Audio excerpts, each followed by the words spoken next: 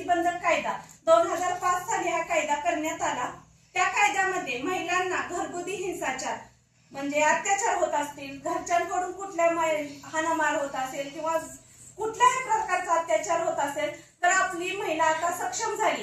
ती त्या माणसांविरुद्ध म्हणजे सासरच्या माणसांविरुद्ध कंप्लेंट करू शकते, गुन्हा दाखल करू शकते, त्याच्यासाठी त्या माणसांना काय शिक्षा होऊ शकते असा कायदा करण्यात आला। त्यामुळे आपली महिला ही सक्षम आणि स्वतःचे संरक्षण करू शकायला लागले। दुसरा कायदा पोक्सो कायदा। पोक्सो कायदा हा 2012 साली करण्यात आला। पोक्सो कायदा म्हणजे काय, 12 वर्षाखाली किंवा 16 वर्षाखाली मुलींसाठी, 18 वर्ष मुलींच्यासाठी बालकांवर जे अत्याचार होते त्यासाठी हा कायदा करण्यात आला।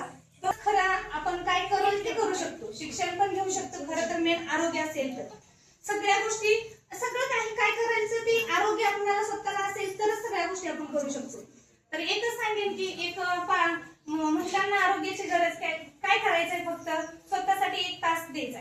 1 तास दिला की वर्कआउट, व्यायाम करणे, निरोगी राहणे, याच एवढंच सांगेन। आणि बघताय तुम्ही 15-16 वर्षाच्या मुलींना आता PCOS असे आजाराला बळी पण किती अवेअरनेस आहे बघा, लीडरशिप कोण भारी करते बघा। करणार तेच नाही केलं तुम्ही करत नाही। मला सगळे हसले केलं, मला गायकवाड सरांचं उघड सरांनी सांगितलं खूप सही माणसं आहेत आणि आल्यावर कळतंय मला एनर्जी आहे तुमच्याकडे। आणि ज्या माणसाची प्राणशक्ती भरपूर आहे, मजबूत आहे, म्हणजे आहार योग्य आहे, झोप व्यवस्थित आहे, जो प्राणायाम करतोय, श्वासावर लक्ष देतोय, त्या व्यक्तीची प्राणशक्ती कशी असणार, एनर्जेटिक असेल आणि त्याचा चेहरा, आणि तो खरा आनंद। महिला दिन उजवायची स्टार्टिंग झाली आणि तेव्हापासून आज महिला दिनचे काय म्हणतात ना तसं उजवणी दरवर्षी आपण केलं जातं। मग आज मी महिलांना एवढं आव्हान करते, मी पहिल्या छोट्या मुलींना सांगेन की बाळांनो, आज तुमचं शिकायचं वय आहे, तुम्ही शिकून घ्या।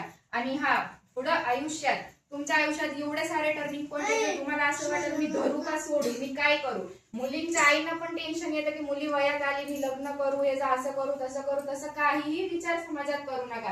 कारण आता जग बदलायला लागले, समाज बदलायला लागले आणि तुम्ही पण तुमची सोच बदला। आज माझ्याच आईबाने जर मला विचार केला असता तर मला 24 वर्षापर्यंत मला शिकवली नसती माझ्या आईबानं।